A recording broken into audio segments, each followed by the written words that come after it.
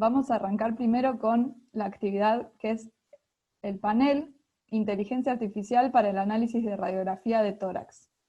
Para empezar sobre este tema les voy a hacer una introducción a lo que es la problemática y después vamos a tener una charla con 5 expertos en el área en donde van a poder hacer preguntas. Los invito a todos los participantes del track a que a medida que se desarrolle toda esta presentación inicial y todo el panel y las preguntas, pueden ir haciendo en el chat todas las consultas, dudas que tengan para hacerle a los panelistas, que yo las voy a tener en cuenta al momento de ir moderando el panel.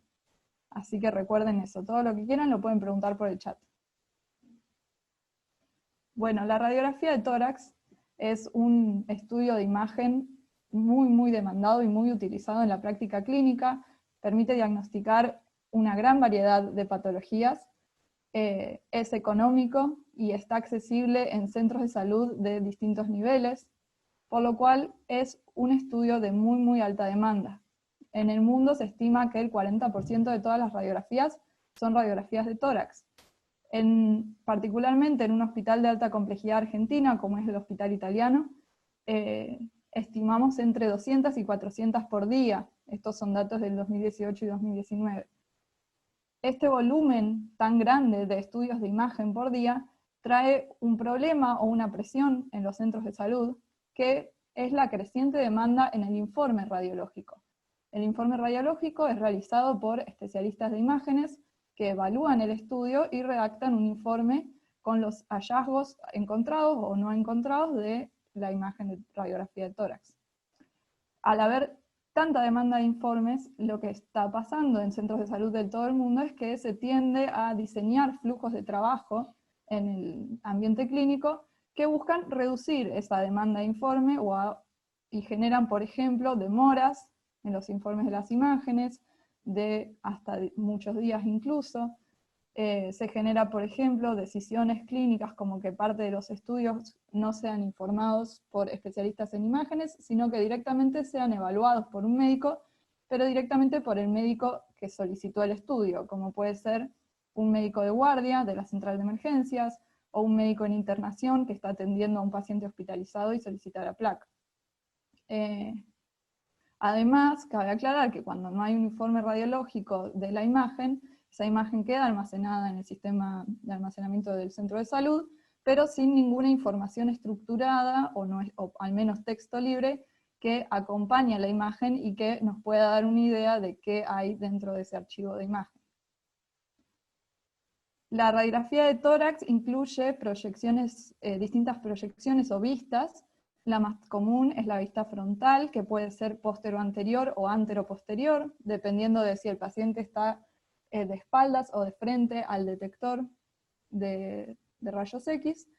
También la radiografía de perfil o lateral, y otras proyecciones como puede ser la radiografía oblicua, que por ejemplo se usa para visualizar mejor las costillas y detectar fracturas. La más común de estas es la postero-anterior, por lejos, es la ideal, digamos. Hay distintos ámbitos de realización de la radiografía de tórax. Esto es importante entenderlo para entender el rol que puede llegar a tener una herramienta de inteligencia artificial, o en cuál de todos estos ámbitos la estamos planificando. El ámbito ambulatorio son aquellos pacientes que vienen con por ejemplo, una orden para hacerse una radiografía de tórax al centro de salud. Por ejemplo, la típica es para hacerse un preocupacional que les indica una radiografía de tórax. Estas placas se adquieren en proyección postero-anterior, es decir, con el paciente de pie, y generalmente es una población de imágenes que tiene menor probabilidad de presentar hallazgos en la imagen, hallazgos patológicos. Otro ámbito de realización es el de la guardia. Son pacientes que entran por guardia y el médico que los atiende solicita un estudio de radiografía de tórax. Dado que son pacientes que entraron por la central de emergencia, hay más posibilidad de que presenten alguna patología grave, y es más grave el riesgo de no detectarla, digamos, porque que el paciente se vaya al centro de salud sin haber detectado esa patología. Otro ámbito muy distinto es el ámbito de internación, que son pacientes que están hospitalizados y que el médico que está a cargo les indica también un estudio de radiografía de tórax. En estos pacientes muchas veces la adquisición es antero-posterior, porque el paciente está acostado en una camilla. Eso cambia un poco ciertos patrones en la imagen, la visualización de los vasos, por ejemplo. Me parece que se me cortó. ¿Me escuchan? Sí. Bien, ahí veo algunos Sí, te asintiendo. escuchamos. Bien.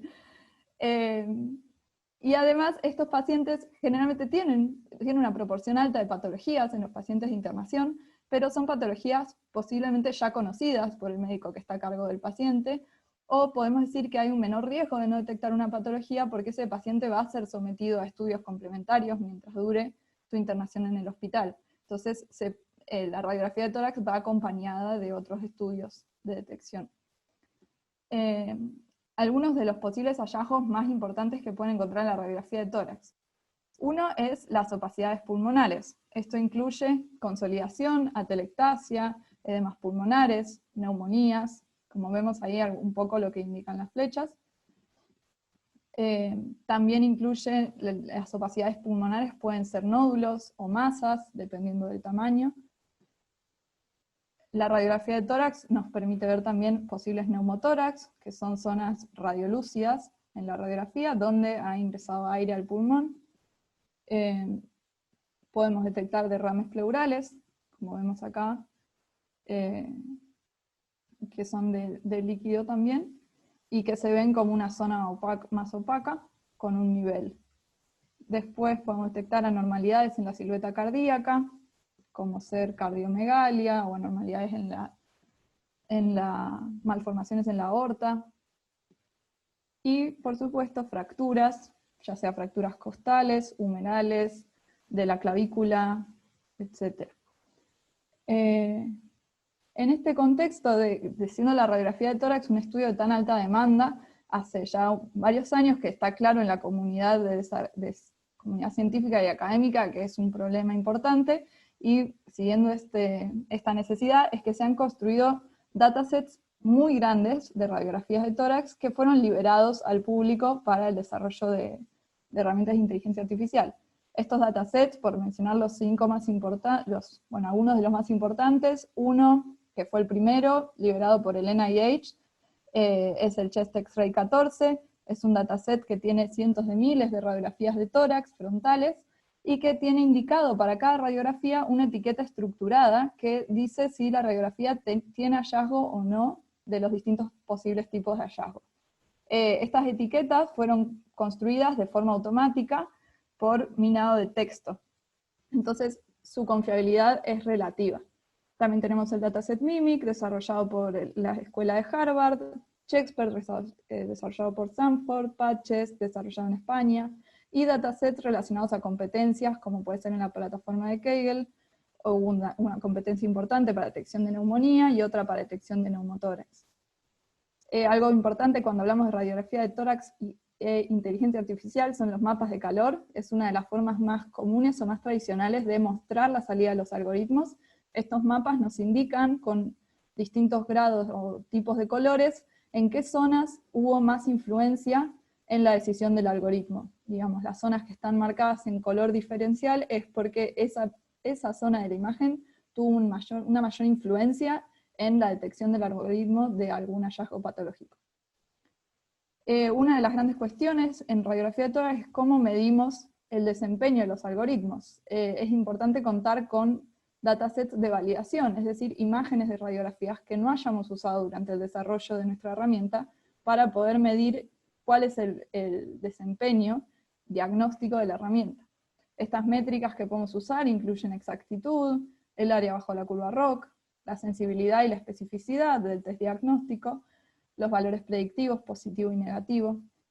En la radiografía de tórax aclaremos que es un estudio de imagen de alta variabilidad interobservador, es decir, para una misma radiografía de tórax, un médico puede ver una cosa y otro médico va a ver otra cosa diferente, y es difícil llegar a un acuerdo que pueda representar el estándar de oro o el estándar de referencia sobre qué contiene, qué hallazgos realmente se pueden visualizar en la radiografía.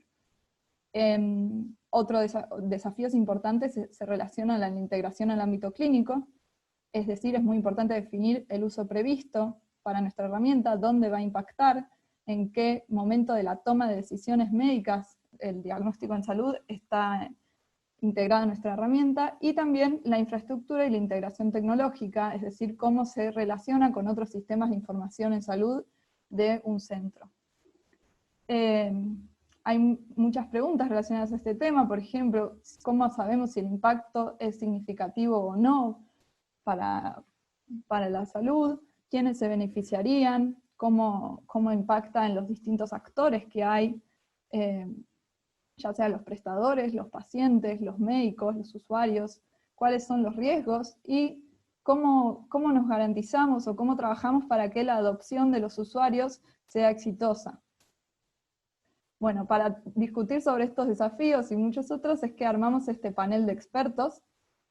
Tenemos personas de 4 países distintos: André Castilla, de Brasil, representando a la empresa Neuralmed; Carlos Galmarini, de Topasium; Raúl Alberti, de Alumbia, y Facundo Díaz, del Hospital Italiano, y Mauricio Fares, de Entelay, ambos de Argentina.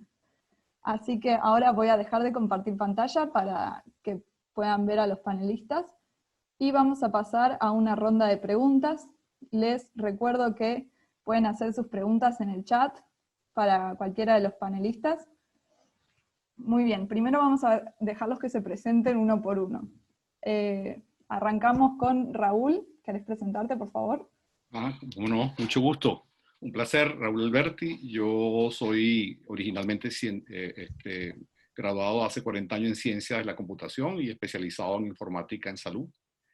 Y bueno, la mitad de mi vida, 3 décadas metido en centros de salud para hacer transformación digital. En particular, en este momento presido el startup chileno Alumbra con su producto Toraxia. Estamos desde el 2017, que se inició como una investigación académica, y hoy en día, digamos, hemos trascendido el camino hacia una plataforma de inteligencia artificial federada como la base para mantener nuestros algoritmos en permanente evolución y refinamiento y calibración en el campo. O sea, si algo la experiencia nos ha dado es que el desarrollar en laboratorios, pero dentro de las instituciones de salud, ha sido para nosotros en emprendimientos anteriores el factor clave para lograr conseguir soluciones que agreguen valor y sean realmente, añadan una verdadera solución hacia las instituciones de salud. Eso en principio es lo que estamos haciendo. Perfecto, muchas gracias, Raúl. Continuamos con André Castilla. Okay. Hola, en primer lugar gustaría de agradecerles la invitación para este panel. Soy médico radiólogo, egreso de la Facultad de Medicina de São Paulo en 1996 y siempre me ha interesado por informática médica. En 2007 defendí mi doctorado con el uso del procesamiento del lenguaje natural para extraer información clínica de informes de radiología torácica.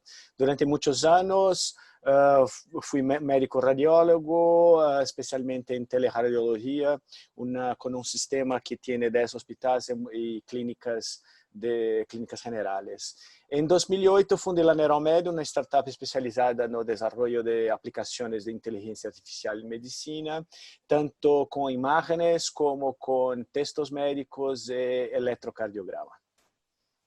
Muy bien, muchas gracias, André. Bienvenido al panel. Continuamos con Mauricio.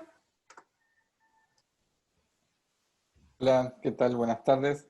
Bueno, lo mismo, agradecer a Candelaria, Agustina y a los organizadores por la invitación. Mi nombre es Mauricio Fares, yo soy el CEO de Entelay, que es una compañía que ofrece servicios de inteligencia artificial, uno de los cuales obviamente es radiografía de tórax, y por eso estamos acá. Mi formación, yo soy médico neurólogo, pero me especialicé en salud pública de hace 10 años, y a través de esa vía de la salud pública y de nuevas herramientas para optimizar procesos es que llegamos a la inteligencia artificial junto con otros investigadores del CONICET, y desde el 2014 que empezamos a trabajar en esto, y 2017 formalmente desde Entelay, estamos trabajando en esto, en soluciones de inteligencia artificial.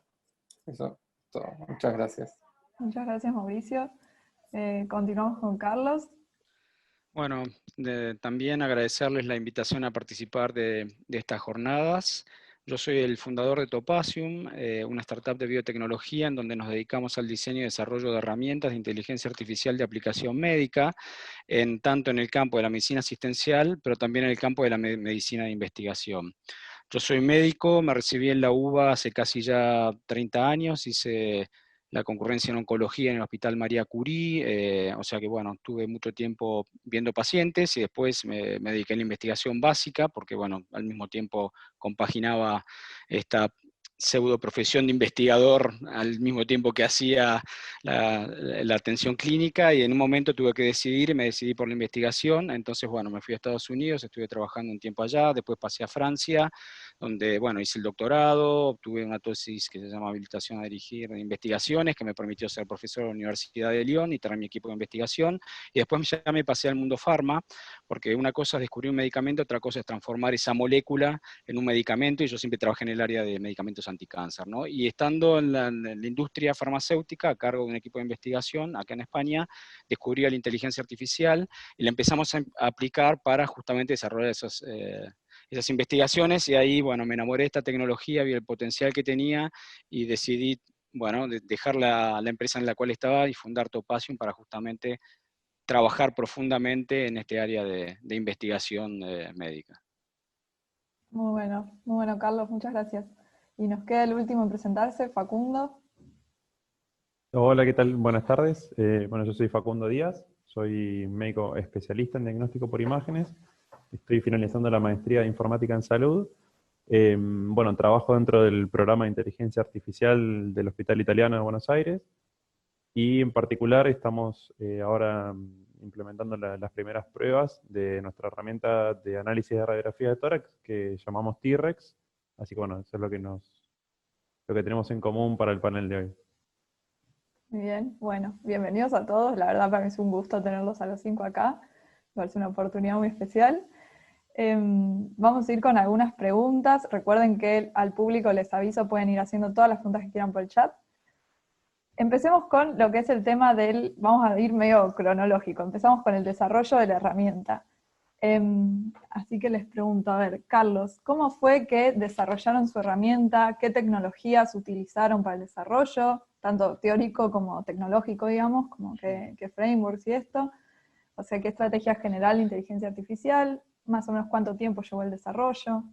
Sí, nosotros cuando empezamos a trabajar en radiografía de tórax, en realidad nuestro objetivo no era desarrollar una herramienta específica de radiografía de tórax, sino que como nuestro objetivo es diseñar herramientas en general de aplicación médica, y particularmente en investigación médica, y las imágenes médicas son una de las fuentes principales de datos a los cuales uno accede. Empezamos a desarrollar herramientas tanto en radiología como en oftalmología, como en dermatología, y en radiografía empezamos por lo que es más frecuente y en donde, como vos bien mostraste en tu presentación, había mayor cantidad de datos posibles como para empezar a testear herramientas. Y es verdad que ahí nos dimos cuenta del potencial que tenía también para algo tan difícil como es analizar una radiografía de tórax, ¿no? Porque a veces cuando uno está al lado médico le tiene más miedo a las tomografías, a las resonancias, porque bueno, hay muchas imágenes y le cuesta entender a ver dónde está el problema, pero desde el punto de vista tecnológico, una radiografía de tórax tiene todo ese arte de técnica atrás, que bueno, eso le pone mucha problemática a ese análisis, ¿no? Entonces empezamos a trabajar ahí, primero generando un algoritmo global, porque como hablábamos hoy en la presentación de la mañana, uno puede tener o bien una pregunta muy específica de diagnóstico y decir, bueno, acá hay un cáncer de pulmón o no hay un cáncer de pulmón. Bueno, nosotros empezamos por detectar hallazgos radiológicos. Lo primero que hicimos fue desarrollar algoritmos de segmentación para concentrarnos en esos hallazgos radiológicos que están realmente en las placas pulmonares, porque fue primero donde nos sentamos, después ya lo ampliamos a toda la radiografía, y a partir de ahí, de esos hallazgos radiológicos, entonces, bueno, ya tenemos un algoritmo que detecta 16 signos radiológicos, nos pasamos ya a patologías en particular. Entonces desarrollamos una herramienta para tuberculosis, obviamente una herramienta de COVID que ya está siendo utilizada en una plataforma que es Telmed, que es una plataforma de acceso gratuita, que es una plataforma de teleradiología. Tenemos una de nódulo pulmonar solitario, y bueno, de esa manera fuimos desarrollándola en base a lo que íbamos pensando que podía ser una buena pregunta médica, trabajando siempre con servicios de radiología, porque yo creo que eso es la enseñanza que aprendimos, ¿no? Uno puede hacer un transfer learning con estas bases de datos públicas que les sirven muy bien para entrenar los primeros pasos, pero después hay que ir a buscar el que sabe, y el que sabe es el experto radiólogo en tórax, que es el que te va a decir y asesorar de cómo, justamente para solucionar ese problema que vos decías, ¿no? Que los radiólogos entre sí muchas veces no están de acuerdo. Bueno, es mejor tener varios radiólogos expertos que no estén de acuerdo, porque de esa manera vos vas a poder enriquecer tu algoritmo. Y depende del tiempo, depende de lo que quieras hacer. Algoritmos binarios, de clasificación binaria, va más rápido, pero nosotros tenemos más o menos un tiempo de desarrollo que puede ir entre 8 y 12 semanas. Y el prototipo, el producto mínimo viable, obviamente después viene toda la parte de validación que lleva muchísimo más tiempo. Claro, muy bien, muy bueno. Sí, la verdad es que me sorprende porque vamos llegando a las mismas conclusiones en todos los desarrollos, me parece. Bueno, a ver, continuamos. André, te pregunto, relacionado a lo que iba contando Carlos, ¿ustedes cómo hicieron la parte de los datasets? ¿Les sirvieron los datasets públicos o llegaron también a este tema de que es como que alcanzás un límite y después necesitas datasets propios, digamos, más específicos? Sí, bien, primeramente nosotros tenemos un desarrollo un poco diferente que Carlos presentó ahora. Nosotros empezamos con la radiografía de tórax. Neuromed es un spin-off, nuestros orígenes son en un servicio de salud, un gran servicio de radiología que recibe exámenes de 10 hospitales. Las radiografías de tórax no son enviadas a los radiólogos para hacer los informes. Entonces, los médicos de guardia, los médicos en las unidades de emergencia, se ordena el rayos X, los mismos que los interpretan. Tenemos un gran número de radiografías que son feitas, son realizadas y no informadas. Entonces fue nuestro inicio la radiografía de tórax. Y como todos recibimos los datos de NIH, de Chest 14, y las etiquetas, los primeros algoritmos que desarrollamos tenían un mal desempeño, una mala performance. Entonces nosotros fuimos a estudiar y percibimos que muchas de las etiquetas estaban equivocadas, principalmente porque eran extraídas por lenguaje natural.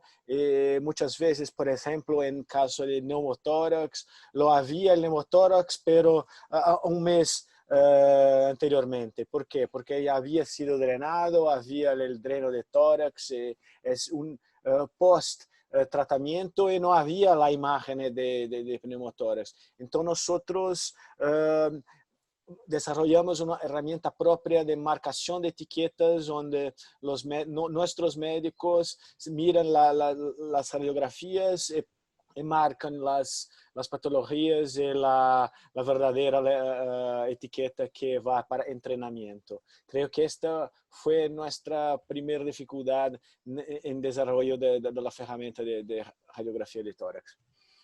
Muy bien, Andrés. Sí, sin duda que todos nos chocamos con la misma pared, con los datasets públicos. Todos tuvimos ese mismo encontronazo con la mala calidad de las etiquetas. Bueno, para continuar con este tema, a ver, Mauricio, ¿querés contarnos cómo fue que Entelay se metió en radiografía de tórax? ¿Cómo empezó el desarrollo? ¿Cómo desarrollaron la herramienta? Etcétera. Bien. Bueno, más o menos un poco también alineado a lo que comentaban anteriormente. Desde el punto de vista del impacto en la salud pública, como bien también mencionabas, es una de las imágenes más frecuentes, es una de las imágenes que más se hace y que menos se informa, sobre todo en nuestra región, porque no hay suficientes médicos o hay mala distribución de médicos. Entonces los números de la región hablan de un 75% de imágenes que no se informan, o porque no hay médicos, o porque realmente, sobre todo en Argentina, se paga muy mal. Con lo cual veíamos que había una oportunidad de mejora muy interesante y por ese motivo elegimos radiografía de tórax como nuestro segundo desarrollo después de la parte de neurología. Y ahí también las mismas dificultades. Nosotros creemos que, al menos para tórax, las bases no están en condiciones de ser usadas así libremente. y como mencionaban anteriormente, hicimos una estrategia de curado de datos o de utilización alternativa de datos, por esto de malos registros de etiquetas, o quizás una definición de gol estándar no tan buena, ¿sí? Lamentablemente no estoy...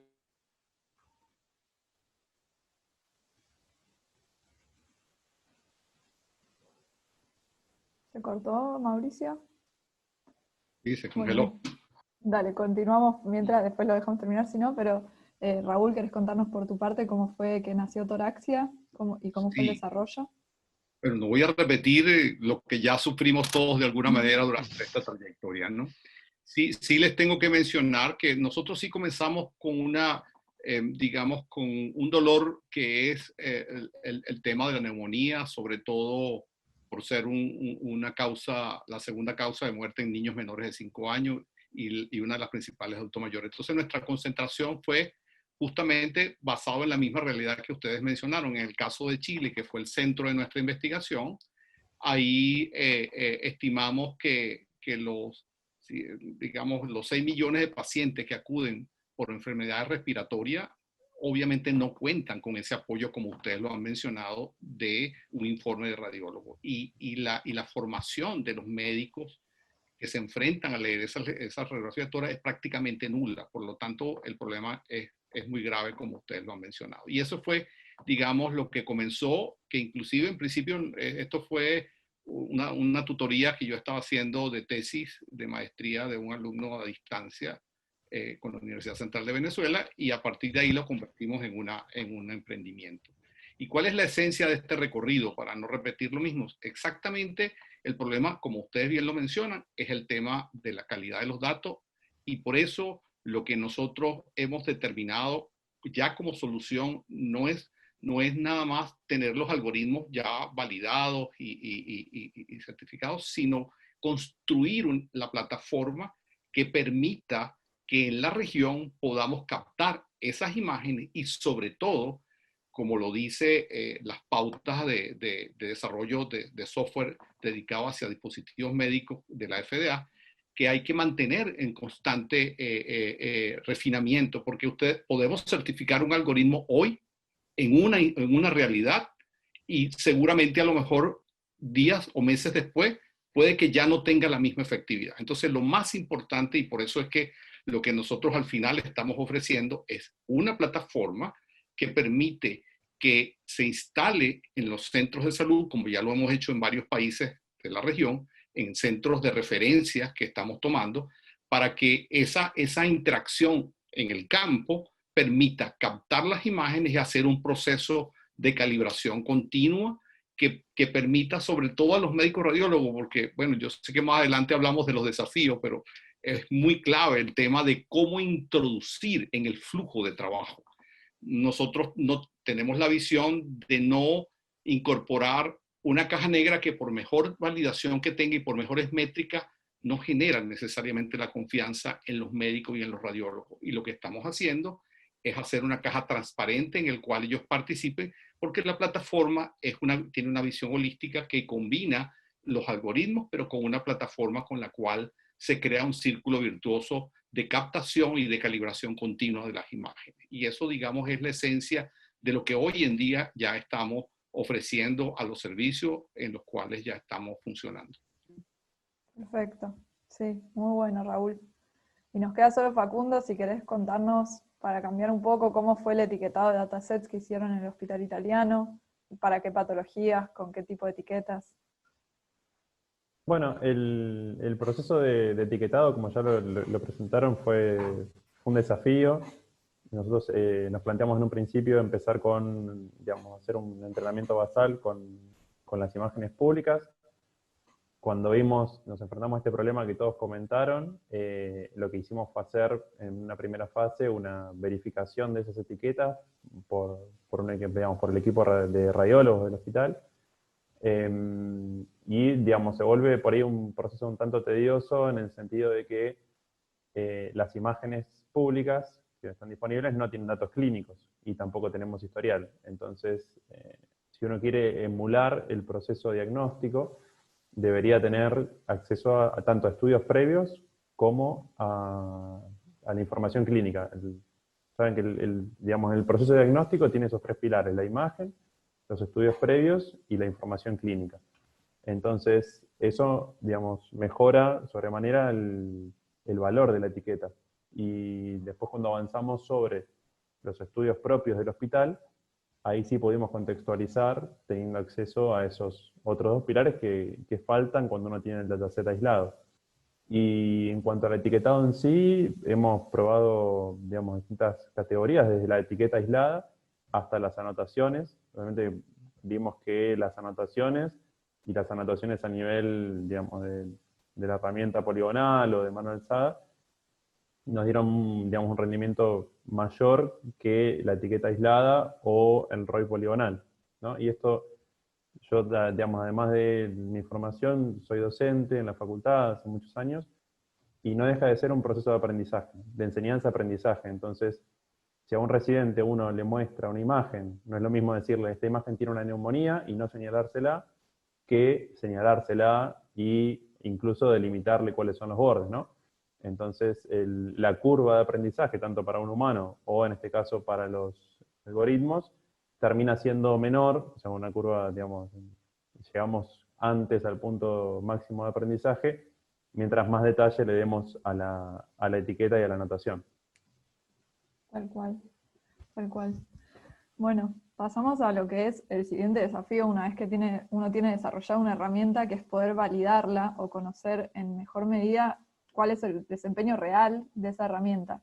Creo que ese es uno de los más grandes desafíos, así que ahora, por ejemplo, Carlos, te pregunto, ¿cómo hicieron para poder medir de una forma más exacta cómo iba a ser el desempeño que iba a tener la herramienta una vez implementada en el flujo clínico? ¿Hicieron algún tipo de validación? ¿Qué usaron como estándar de referencia? Sí, bueno, un poco lo que yo les comentaba antes, ¿no? Nosotros entramos en el área de radiografías, y particularmente radiografía de tórax, como una manera de hacer I+D, de algoritmos que pudieran ser aplicados después a otros tipos de datos, tanto de imágenes como no de imagen, como datos no imagenológicos, ¿no?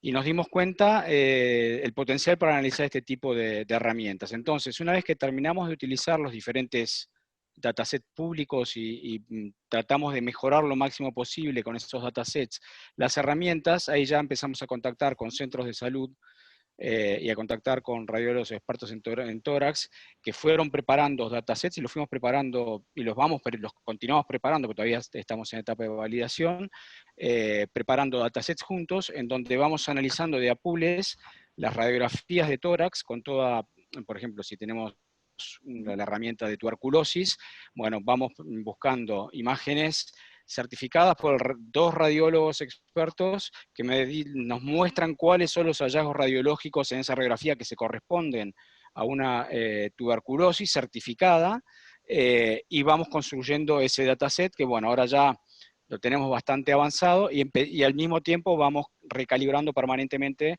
en base a lo que estos datasets que vamos generando y que vamos dando el feedback, ¿no? Entonces, vienen las imágenes, las introducimos en la plataforma algorítmica que tenemos diseñada, generamos el output, lo hablamos de nuevo con los radiólogos, ellos nos dicen en qué están de acuerdo, en qué no están de acuerdo, nos marcan nuevas lesiones que no marcó el algoritmo, volvemos a introducir y hacemos ese circuito hasta que tenemos un índice de confianza de los radiólogos, porque en el fondo son ellos los que van a usar este tipo de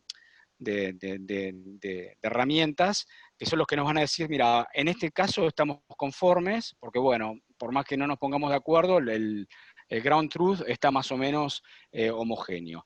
Por otra parte, es verdad que nosotros desarrollamos dos tipos de herramientas, y obviamente la aproximación de validación es completamente diferente. Una cosa es desarrollar una herramienta para ayudar a un experto, que ya es experto, y por lo tanto darle ese plus de mejora va a ser muy, muy difícil, y nosotros usamos ese tipo de aproximación, pero después para aplicar a médicos generalistas, como decían antes, ¿no? Yo soy un oncólogo, si a mí me traen una neumonía o un neumotórax en donde veo que el pulmón está absolutamente pinchado, eso lo veo hasta yo. Pero si me traen un neumotórax en un paciente en terapia intensiva que está acostado, que es muy leve, que tuvo un politraumatismo, hizo un neumotórax porque tuvo una fractura de costilla que le pinchó el pulmón, y a lo mejor yo eso no lo veo. Entonces, claro, a mí me sirve el desarrollo y la validación con los expertos radiólogos para generar herramientas que es nuestro objetivo de, una cosa es transformar en un experto en un super experto y otra cosa es transformar un médico normal en un experto. Y nosotros estamos apuntando a ese tipo de estrategia. O sea, a un médico normal transformarlo no en un experto principiante, digamos, ¿no? Obviamente no va a tener la experiencia de una persona que está hace 30 años viendo radiologías. Entonces, por lo tanto, por ahora estamos en la etapa de validación final de las diferentes herramientas en tórax que tenemos. La idea nuestra es después ya alargar ensayos prospectivos, porque una vez que terminamos con la validación, es ponerla en la vida real, en prospección, como si fuera una especie de estudio clínico. Yo que vengo del mundo farma, estoy muy acostumbrado a evaluar esto como en estudios clínicos, ¿no? Entonces la idea es hacer un estudio clínico para terminar de confirmar la validez de esta herramienta y después, bueno, evaluar si vamos a una aprobación regulatoria en base a los resultados de los estudios clínicos. Muy bueno, sí. Totalmente de acuerdo con como esto de identificar los roles que puede tener la herramienta y en cuál uno se puede concentrar, digamos, o cuál va a tener más impacto clínico. Para seguir el orden, André, ¿querés contarnos cómo fue para ustedes el tema de la validación? ¿Qué desafíos encontraron? ¿Si lo hicieron en multicéntrico o en su propio centro? Creo que en una manera general el desarrollo fue muy parecido con lo que Carlos dice ahora, pero nosotros como nuestro origen es en un servicio propio de salud, nosotros tuvimos oportunidad de poner las herramientas en campo, en producción, hace el primer día. Entonces, no directamente en el flujo clínico, pero dentro de los servicios, capturando casos reales que ocurrían el día a día. Nosotros empezamos con una ferramenta binaria. Primero separar lo que era normal de los casos anormales. Para disminuir los falsos negativos. Con el desarrollo de los distintos algoritmos, fuimos separando las patologías, cardiomegalia, derrame pleural, opacidad alveolar, opacidad intersticial. Después, con la pandemia, nosotros percibimos que los algoritmos de opacidad, tanto intersticial como alveolar, eram activadas por los casos de COVID. En el comienzo de la pandemia, hubieron muchos casos en São Paulo, entonces nosotros tuvimos mucha oportunidad de avaliar el uso de la herramienta, ¿no? Luego, en el inicio, nuestra primera instalación fue en el hospital y nosotros focamos en la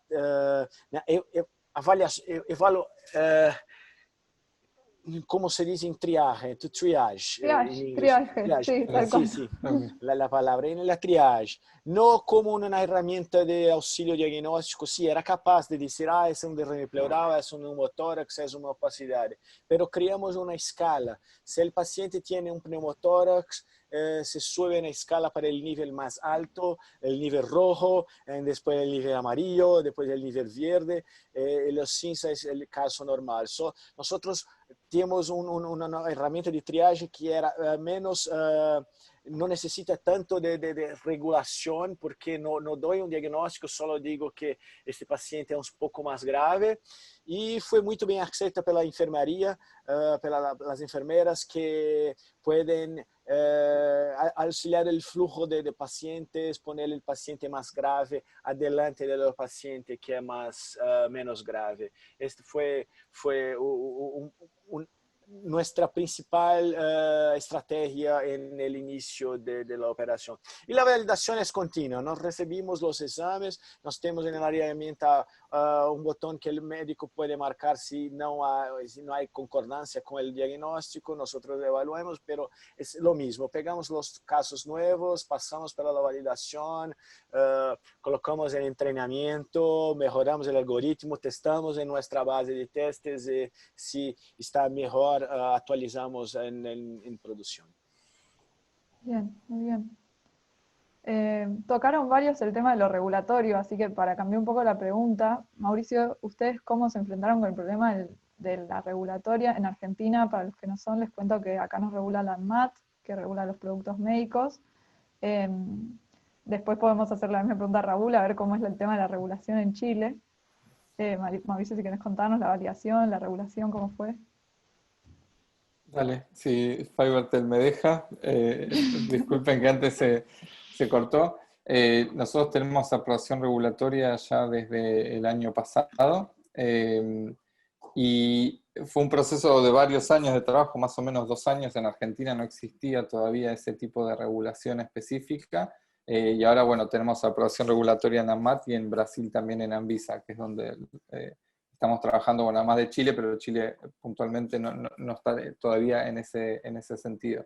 En el punto de vista de validación hay varios aspectos. Uno es esto de el ajuste continuo, porque tenés este aspecto de validación, pero también tenés aspectos de privacidad de datos que, sobre todo en Brasil, ahora la ley Gerais de datos, en la Comunidad Europea, en Chile, se está poniendo más estricto el tema de datos. Entonces, para las empresas que ofrecen este tipo de servicios, utilizar la información de los pacientes para entrenamiento o feedback es un tema que en muchos lugares está prohibido si no hay un consentimiento explícito del paciente, con lo cual nosotros desde el principio decidimos abandonar esa alternativa por 2 razones. Primero, por el tema más importante: de ninguna manera podemos utilizar información personal de los pacientes para entrenamiento si no nos dieron su consentimiento, con lo cual, excepto que sea un partnership o haya algún acuerdo específico en que contamos con eso, en nuestro punto de vista no se puede utilizar. Y segundo, porque al fin y al cabo termina siendo digamos, la palabra del radiólogo contra la palabra del sistema, y a veces había discrepancias en las cuales era muy difícil desempatar sin contar con datos clínicos. Se generaba una cuestión de procesos que era muy difícil de validación, con lo cual nosotros no seguimos esa estrategia, sino la estrategia de hicimos un buen estudio clínico con muchos casos locales, multicéntricos, y sobre esos estudios que tenían confirmación o clínica o tomografía o otra validación, hicimos la validación y lo comparamos obviamente con radiólogos de distintas edades. Tanto para tórax para esto o para COVID, que es quizás la charla que voy a hablar mañana, un poco cómo fue el proceso de validación. Creo que es súper importante en ese sentido tener un muy buen gol estándar y tener la comparación con nosotros, con los humanos. Ahí nosotros nos llevamos muchas sorpresas porque diferencias entre radiólogos y no radiólogos, entre años de entrenamiento, tener un fellow o no tener un fellow. Aparecen diferencias en la performance de los médicos muy interesantes. En el caso de, quizás no en tórax, pero en mamografía vemos diferencias si las médicas son mujeres o no, que tiene un impacto muy importante en cómo diagnostican. Entonces, son todas cosas que son años de trabajo que uno tiene que plasmar en un estudio, y eso tiene que tener una aprobación regulatoria. Eso fue lo que nosotros ya pasamos hace 2 o 3 años que lo logramos hacer para tórax, tanto en Argentina como Anvisa, que comparten mucho de los procesos de calidad, con lo cual en ese sentido no fue tan doloroso. Pero creo que esa es la primera parte, y después coincido plenamente con lo que decía Carlos, la importancia de salir a la calle, o salir en este caso al centro médico, y tener el feedback de los radiólogos. Ahí te encontrás con un universo de respuestas fascinante, desde el radiólogo que se siente súper amenazado y no hay chance que le va a encontrar cualquier cosa con tal de decir, acá el mapa se olvidó de marcar un pedacito del derrame pleural y se perdió que quizás marcó excelentemente un derrame pleural, a médicos que lo adoptan de manera muy, muy fácilmente. Entonces ahí la validación clínica, la validación regulatoria son importantes, pero la validación de la práctica clínica es súper importante. Y ahí hay mucha diferencia de centro a centro porque ahí está mucho el factor humano. O sea, tenés personas que quizás de determinada edad, que centros de ultra referencia que no, de ninguna manera te lo van a aceptar, y tenés otros centros quizás con un espíritu un poco más innovador y que enseguida ven la utilización o te dicen, esto me sirve como triage, esto me sirve como segunda opinión para los médicos de la guardia que están saturados con pacientes de COVID o con otras cosas. Entonces, creo que el desafío que todos tenemos es, más allá de que con años de trabajo se consiguen buenos rendimientos y uno ve iniciativas excelentes en todas partes del mundo, creo que hay mucho todavía por recorrer en cuanto a la adoptabilidad de este tipo de sistemas. Bueno, sí, totalmente de acuerdo con todos. Me impresiona lo conectados que estaban todas las problemáticas que tenemos todos. Raúl, para vos Sí. también la misma pregunta, sé que están iniciando una validación multicéntrica. Correcto. ¿Cómo es esta validación? Sí, muy importante, ¿no?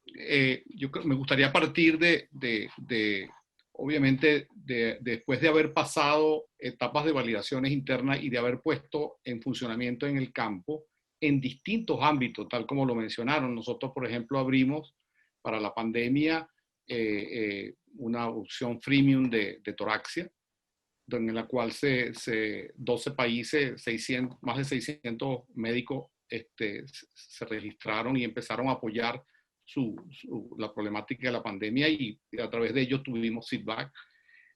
Y eso más las instalaciones en centro, la conclusión al final es que el proceso, no se puede hablar de cómo fue la validación, hay que decir cómo está siendo, porque la inteligencia artificial es imitar una realidad. Cuando nosotros entrenamos con la realidad de algún centro, con la calidad de equipos o en una región, con la patología, fenotipos de la población, etcétera, criterios de los médicos, no necesariamente por más validación que tengamos, eso es una solución universal.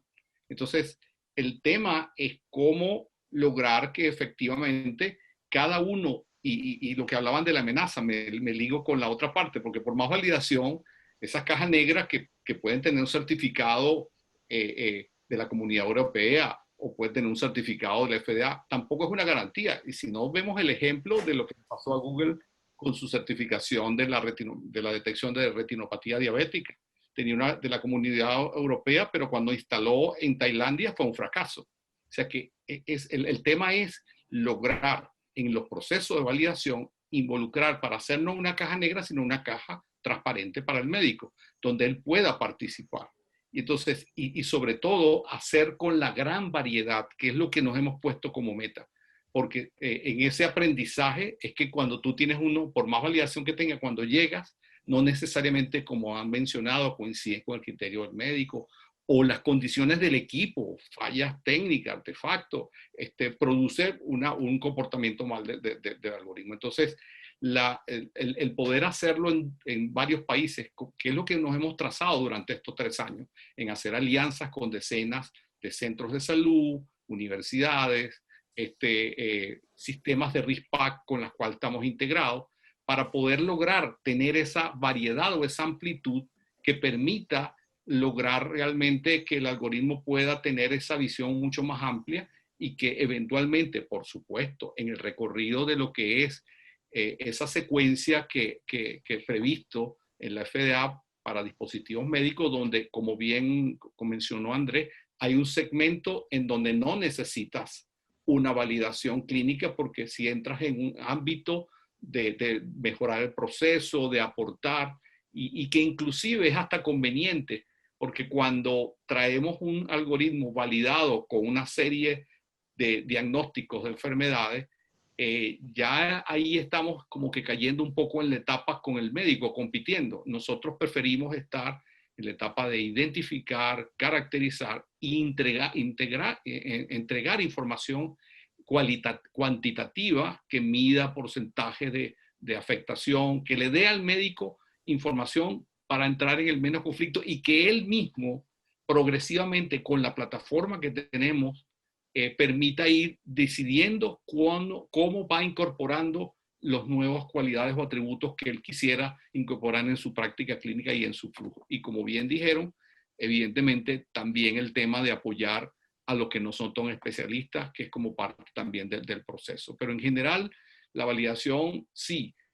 Quería rescatar otro tema que comenzaron de la base de datos. Nosotros lo que hicimos fue, de esas bases de datos que mencionaron, seleccionamos el conjunto de imágenes verificadas por radiólogos que tenían una calidad, digamos, porque hay muchas también tenían muy mala calidad, y de ahí hicimos nuestro propio dataset filtrado, auditado, y etiquetado con una plataforma de segmentación propia que está dinámica, disponible para crear ese esquema de entrenamiento ágil, que es una de las particularidades que nos hemos empeñado mucho. ¿Cómo hacer para que el médico pueda entregar su criterio y sentir que desarrolla su propio robot personalizado? Nosotros estamos en esa acera de permitir que él construya su propio, o sea, su propio robot personalizado o asistente virtual personalizado. Esa es la orientación que llevamos con el proceso de validación. Muy bueno, muy buen enfoque, sí. Continuamos con Facundo. Para variar un poco también, ¿nos querés contar sobre esto de la variabilidad interobservador? ¿Cómo es tu sensación como médico especialista en imágenes? ¿Qué validación han hecho en el hospital italiano? Sí, es un tema, la variabilidad interobservador, e incluso, bueno, intraobservador, es un tema que se viene estudiando desde los comienzos de la radiología y hasta ahora no ha representado un problema mayor más allá del diagnóstico. Sobre todo para radiografía de tórax está demostrado que hay una variabilidad bastante elevada interobservador.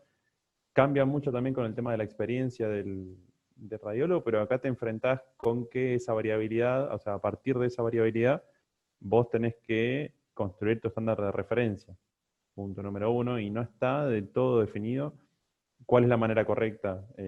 Hay experiencias distintas, y bueno, o sea, nosotros, por ejemplo, y además, que es un problema que, si bien existe a nivel mundial, creo que en Latinoamérica y en Hispanoamérica puede ser todavía un poco mayor, que a mayor cantidad de médicos, mayor costo también y mayor disponibilidad necesaria de esos médicos para construir ese estándar de referencia. Entonces, por ahí en el mundo perfecto uno dice, bueno, pongo a 5 radiólogos a revisar 10.000 radiografías y en base al promedio de su decisión y después paso a una segunda instancia en los desacuerdos, que se pongan de acuerdo, pero digamos, son modelos que, si bien serían perfectos, no son aplicables a la vida real.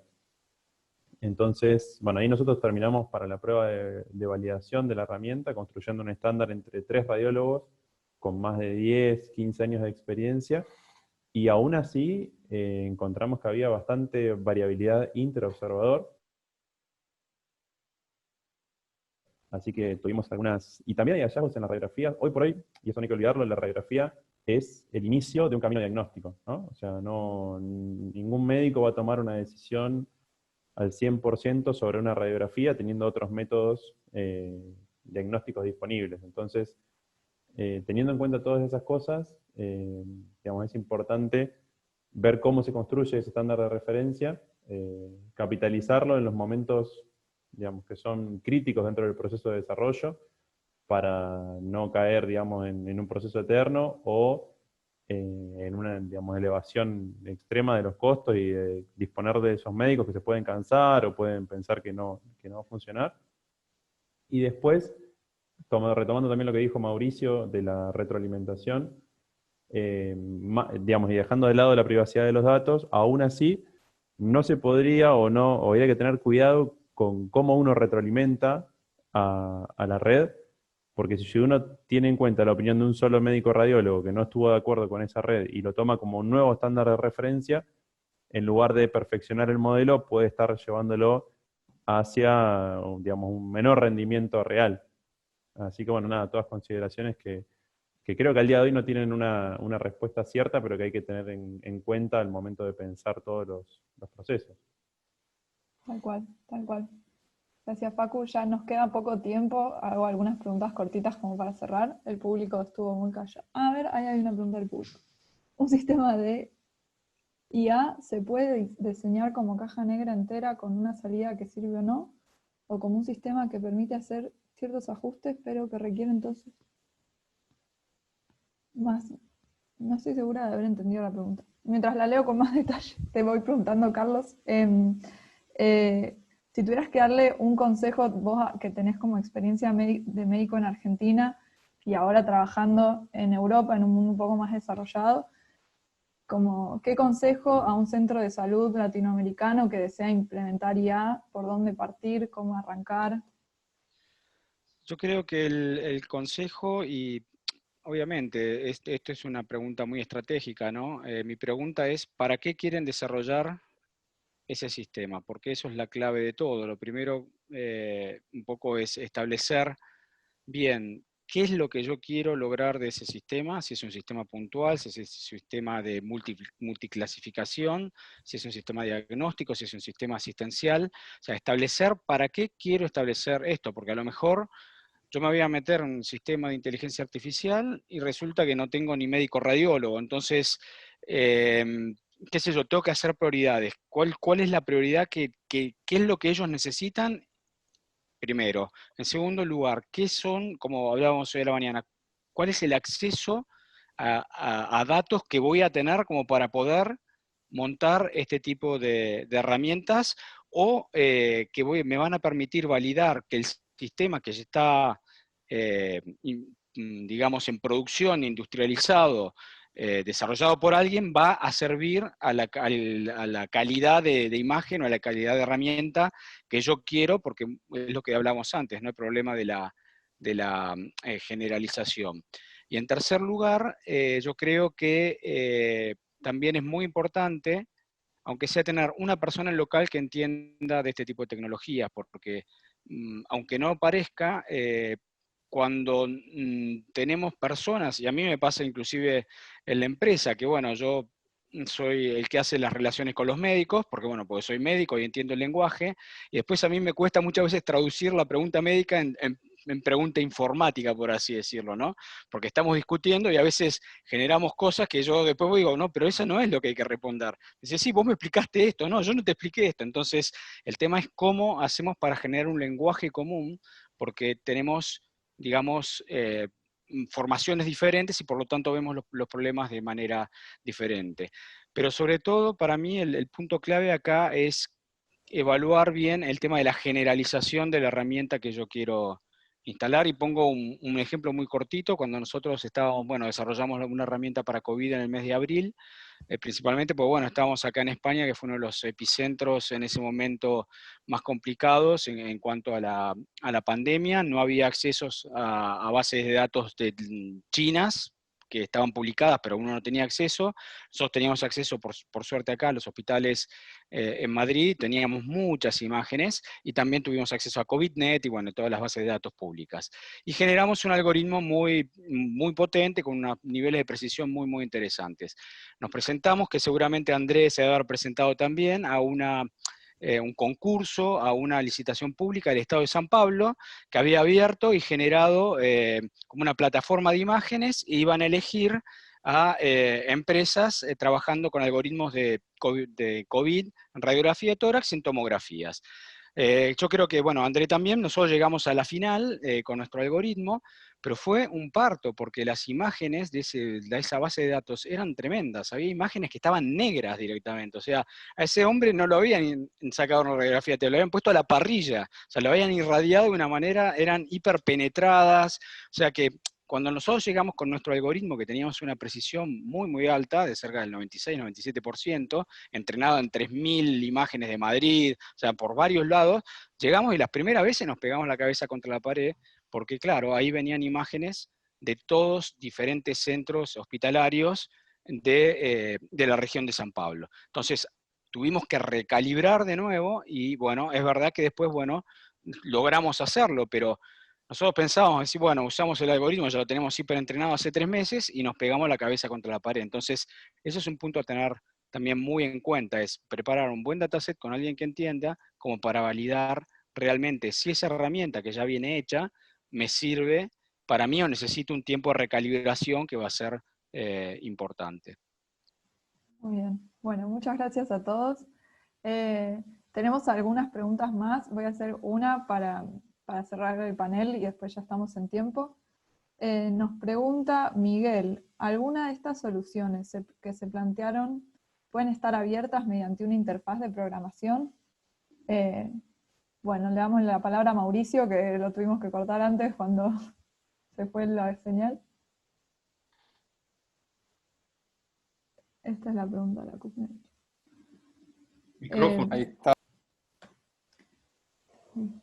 No tiene el micrófono apagado. Ahí está. ¿Ahí me escuchan? Sí. Ahí repetí la pregunta en el chat, sí. A ver si entiendo correctamente, abiertas mediante una interfaz de programación, es decir, que alguien pueda conectarse a través de una API y utilizar esa herramienta. Si esa es la pregunta, al menos nosotros puntualmente, excepto algunos casos, sí lo abrimos, pero en general, como esto generalmente es para uso en el ámbito hospitalario, y todos estos que mencionaban Carlos, o sea, que puede variar mucho de un hospital en hospital. En general, hoy por hoy el mejor ámbito es el uso de estas herramientas dentro de un ámbito hospitalario con la supervisión de un radiólogo o de un especialista. Quizás abrirlo de esa manera puede generar muchos problemas. Justo retomando el ejemplo de COVID, hubo muchas compañías que largaron soluciones para COVID utilizando código abierto, y de hecho tuvimos que enviar varias notificaciones porque hasta se hizo una publicación utilizando una base de datos de pacientes con pediátricos versus pacientes con COVID adultos. Entonces, claro, surgieron muchas iniciativas chiquitas de estudios que decían que tenían un 99% de precisión y eran algoritmos que estaban abiertos, entrenados para diferenciar pediátricos de adultos. No diferenciaban COVID, con lo cual creo que es un riesgo eventualmente dejar este tipo de soluciones fuera del ámbito hospitalario por el momento. Yo creo que se pierde mucho por desinformación y mala utilización, y quizás los médicos, que son los que lo usan en el ámbito hospital, no tienen ningún beneficio, con lo cual yo creo que por ahora la mayoría, hasta donde yo sé, no están del todo abiertas, y creo que personalmente no sé si deberían estar disponibles.